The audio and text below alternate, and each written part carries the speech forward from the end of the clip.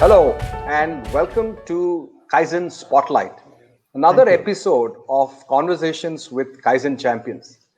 And this morning, it's my absolute pleasure to welcome Mr. Sridharan, who is logging in from Baroda or Vadodara, a city in Gujarat, a state in India.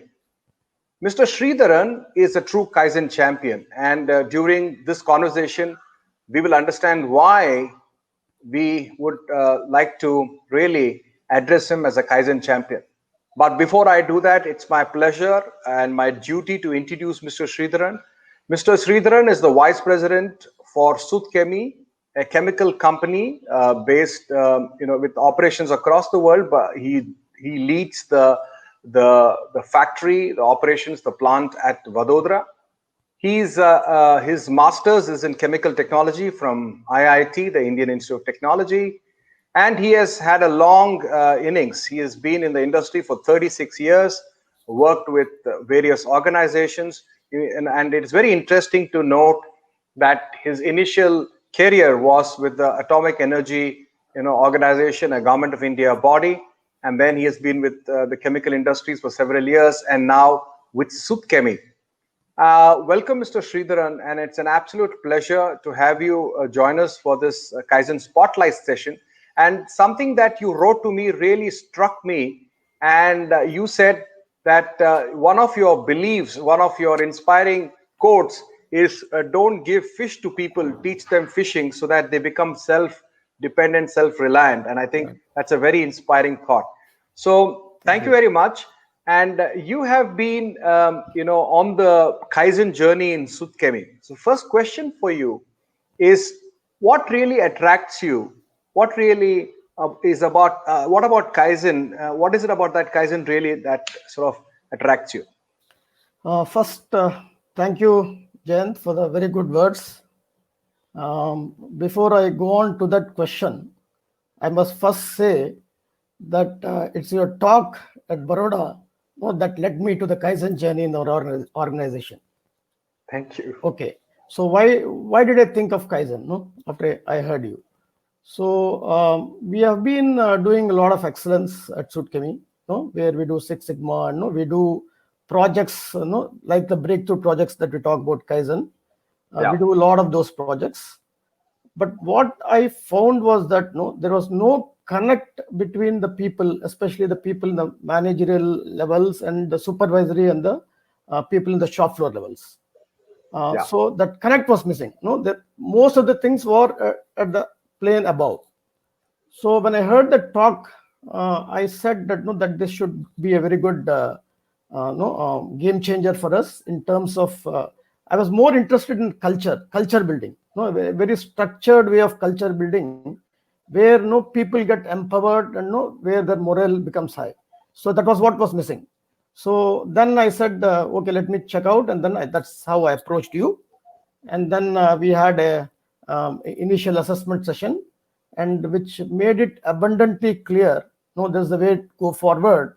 No, in case we have to build the culture, which is so much essential to build the organization from there on.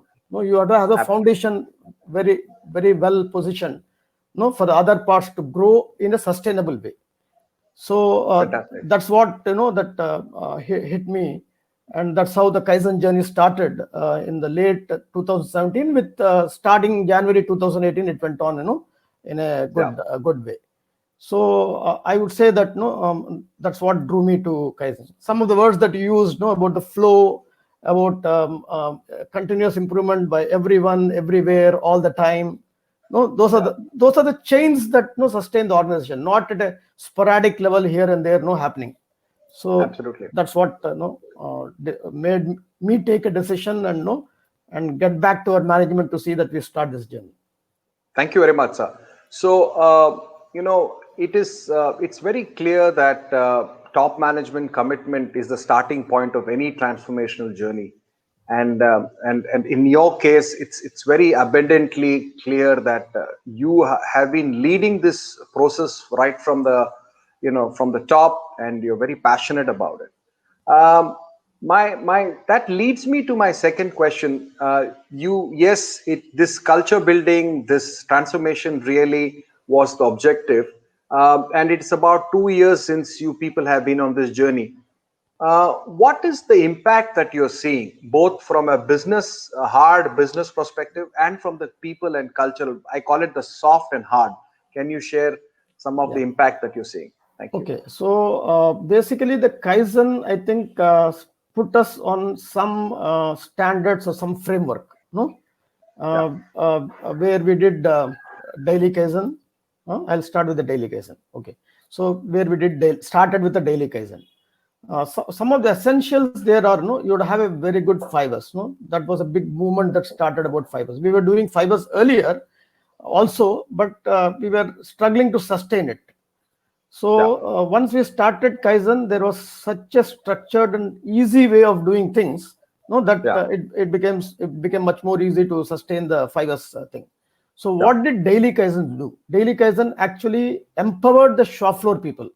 No, I mean, in the past, what used to happen is that, no, they are silent people who just did the work. So there used to be overlap of all the problems going up and Yeah. up and up. No, and really the guys who are on the shop floor and doing the things were not Yeah. really seeing any problem or resolving any problem. The Correct. So first it's called big upward impact, delegation. upward delegation. The first big impact I would say is that, no, through this daily Kaizen and through the training, they started seeing the problem and they started taking countermeasures to the problem. So So once important. that was done, then, I mean, it also brings the morale of those guys high. No, when you do and resolve something, I think that's a big motivator. Is more than anything else. No, they feel Absolutely. part of the system. They feel that they've contributed to the organization.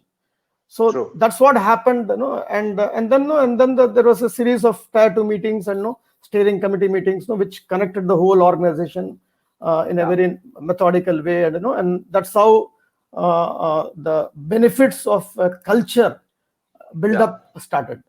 And along the way, there's also something is called a breakthrough Kaizen, Yeah. where there are big improvements that are there which can bring benefits to the organization.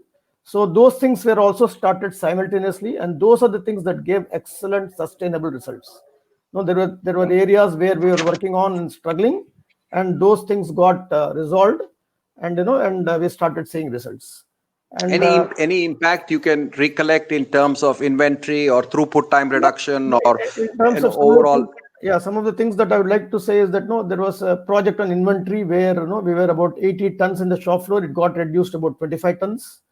Uh-huh. And there was a project where, we were making a product which was an import substitution. No, by Okay. increasing the OEE, no, we gained a lot on import substitution and hence money to a company. And then there were equipments where one of the equipments is a forming machine where the MTBF was very, very critical.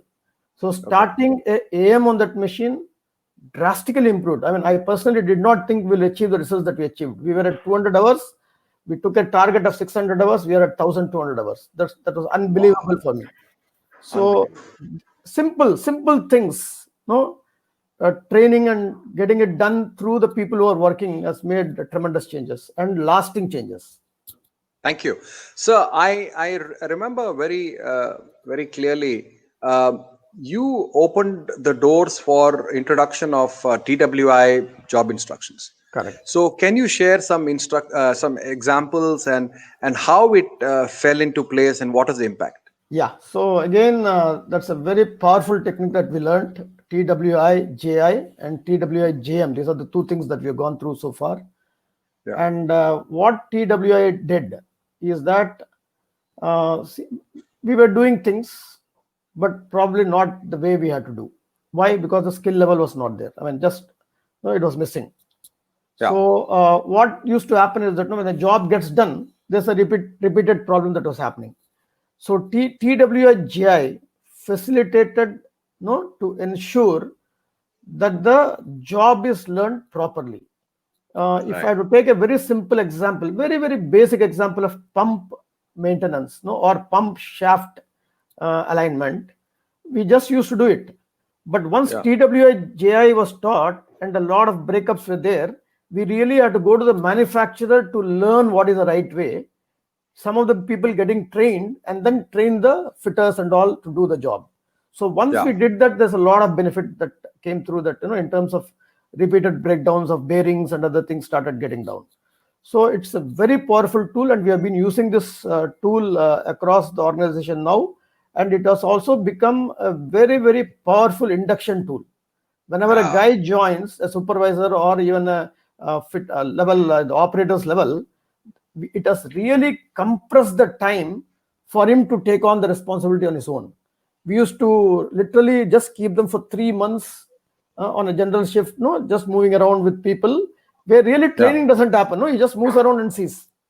Correct. And then longer time to even give him the responsibility. Through this method, we were exactly targeted training we were able to give it.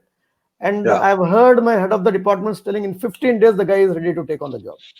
Fantastic. So sir, this is amazing. I'm sorry for interjecting, but yesterday, a couple of days ago, I had a similar, Kaizen conversation spotlight with the Paragon, a shoe company in Bangalore, and the head of operations there told me that they were able to reduce the skilling time from 20 days on an average to few hours, and this has made a huge impact.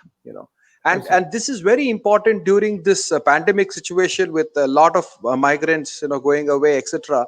So induction of new people. So what happens, sir, is if people leave, you are no more panicking. Okay, people, it's very important to retain people, but for any reason, if people leave, then when the new man comes in, that you have a methodology by which you can, you have the skill of skilling. This is what I call it as. And very rapidly you can bring them to a very high level of skill. I think that's very important. Absolutely.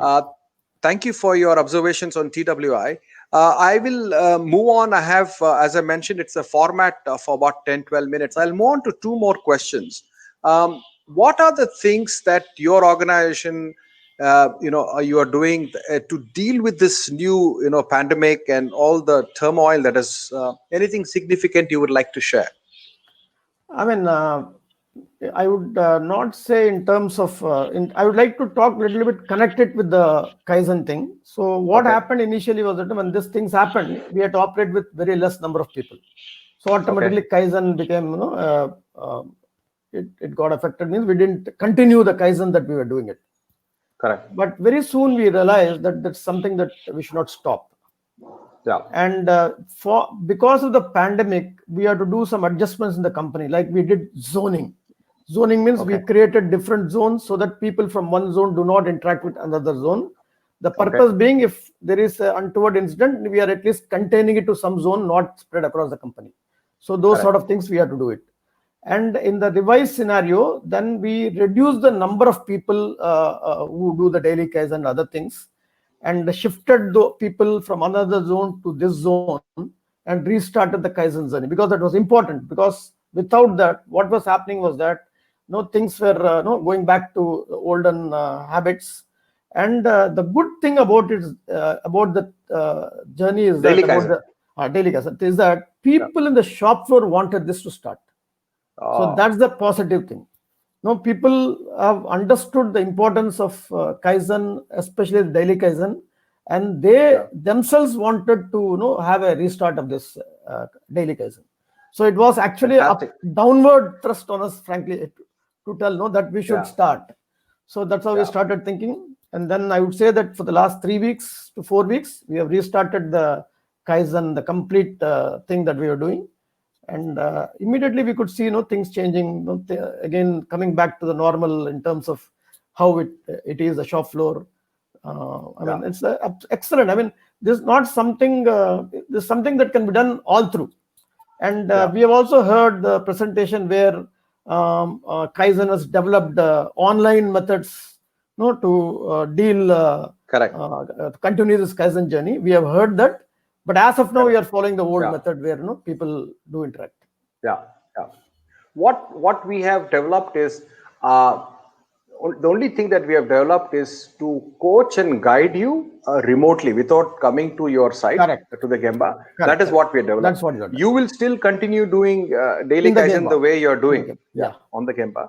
But our coaching will be remote, so we have developed some tools which Yeah. we can explain to you again, so that our connection continues. Continues. So the last point is, as a Kaizen champion, any message that you would like to give to young managers, young professionals, who are probably today bombarded by this IoT and the new technologies, which is absolutely very important. New technology is very powerful, but what is the role for a manager and for a professional, the role of Kaizen? How do you balance all these new technologies? But people think that by robotics or by Internet of Things, the role of daily management, the role of interacting with people, problem solving, all this will not be required. I mean, there may be some kind of misunderstanding. Some message from you, sir. Yeah. So in a manufacturing industry, the game is in the Gemba. Yeah. Whatever technology comes in, whatever comes in, it's in the Gemba.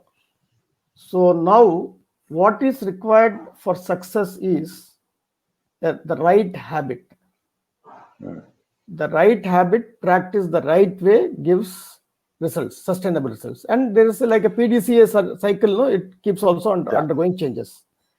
Yeah. Now what Kaizen does is facilitates forming right habits for daily problem solving for sustained improvements. Yeah. So this is a great thing that every individual in any organization must follow to ensure that there's a continued improvement everywhere, every time by all the people. Whether you have any technology, I think these are the habits that will sustain things. And I mean, that would be my advice to anyone, that this is a very well researched structure that has been developed. So it's available. I mean, people don't have to reinvent the wheel, and trying themselves. Just take it and reap the benefits, by following it all across the organization. So that's what. Thank you, sir. Thank you so much. I would love to continue having this conversation with you, but it's a format for about 10-12 minutes. We have reached our time limit.